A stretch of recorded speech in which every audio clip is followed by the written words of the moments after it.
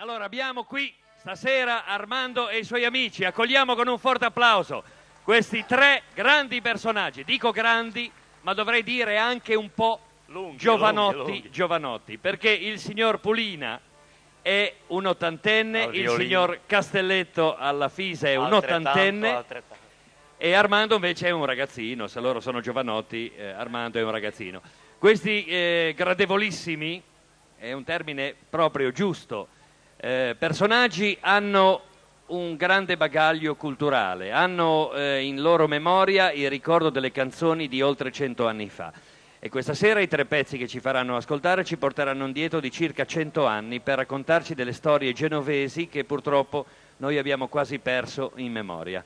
Armando, a voi la musica.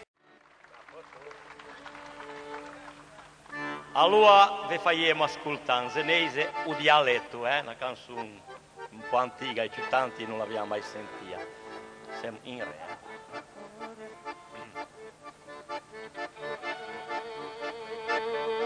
Furie cantate quelli senesi che son desena mai non san di sejai, che son asciui magari a pra, ma o senese non san parla. Qualche parola per poi che di, che o dialetto non deve mui, ve ricordate o scialla scialla, quando asia che di mullalla, o non dimo anche me se, che alla mulita passava strasè, o falegname di mu bancano, di mu ruggiata ben scirosa, poi l'idraulico leo stagnin, ai ne turbini che di mu spassin, o l'è tanto bello o nostro dialetto e ricordemmolo con tanto affetto,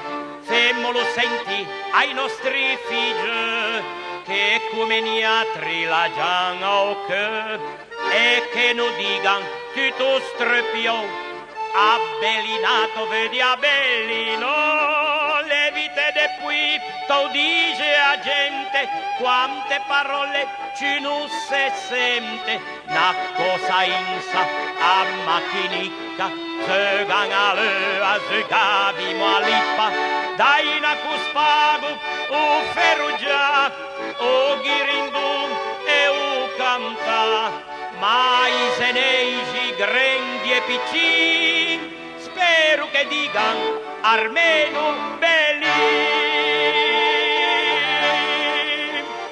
Grazie.